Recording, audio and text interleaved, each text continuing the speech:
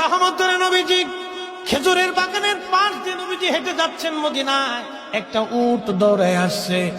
উট এসে আল্লাহর হাবিবের কদম মুবারকের সামনে পড়ে মাথা নিচু করে নবীজির কদমের মধ্যে মুখ লাগায় কাঁদতেছে।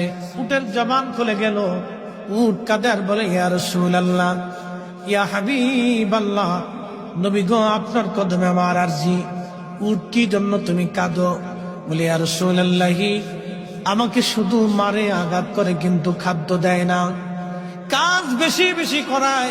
এমন সময় পিছে পিছে ওই মদিনার সেই উটের মালিক দৌড়ায় আসছে। আল্লাহর নবী বললেন, ও উটের মালিক, তুমি কি উটের মালিক? বলে, হ্যাঁ ইয়া রাসূলুল্লাহ।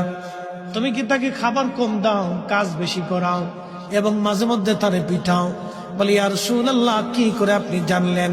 বলে, উট এসে তোমার বিরুদ্ধে আমার কাছে অভিযোগ পেশ করেছে। একবার জোরে বলা যাবে কি আল্লাহু আকবার। বিশ্ববিখ্যাত আল্লাহর একজন ওলি ছিলেন, তার নাম হযরত মালিক ইবনে দিনার আল ইরাকি আল বসরি রাহমাতুল্লাহ আলাইহি। হযরত মালিক ইবনে দিনার তিনি প্রত্যেক বছরে মক্কায় হজ করার জন্য ইরাকের বসরা থেকে আসতেন। এক বছর তিনি হজে আসলেন, হজ শেষ করলেন। হজ শেষ করার পরে আল্লাহর দরবারে দোয়া করলেন, আল্লাহ, আপনি দয়া করে আমাকে জানান কার হজ হলো, কার হজ হলো না। আপনি দয়া করে আমাকে একটু জানান আল্লাহ। উনি দোয়া করলেন, কান্নাকাটি করলেন, আল্লাহ, এত মানুষ হজে আসলো, কিন্তু দোয়া কবুল হলো কি হলো না জানা নাই।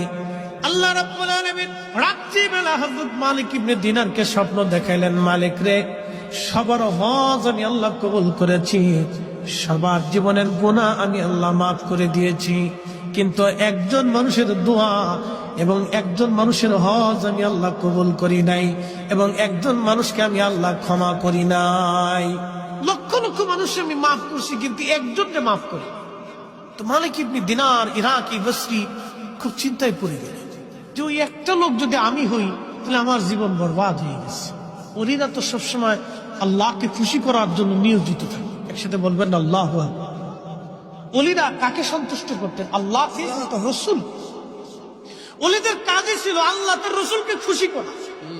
কত পদ্ধতি দিয়ে তারা আল্লাহকে খুশি করে, যত পদ্ধতি ছিল সব পদ্ধতি দিয়ে তারা আল্লাহ এবং তার রসুলকে খুশি করতেন। সবসময় তাদের কাজ ছিল আল্লাহ তার রসুলকে খুশি করা।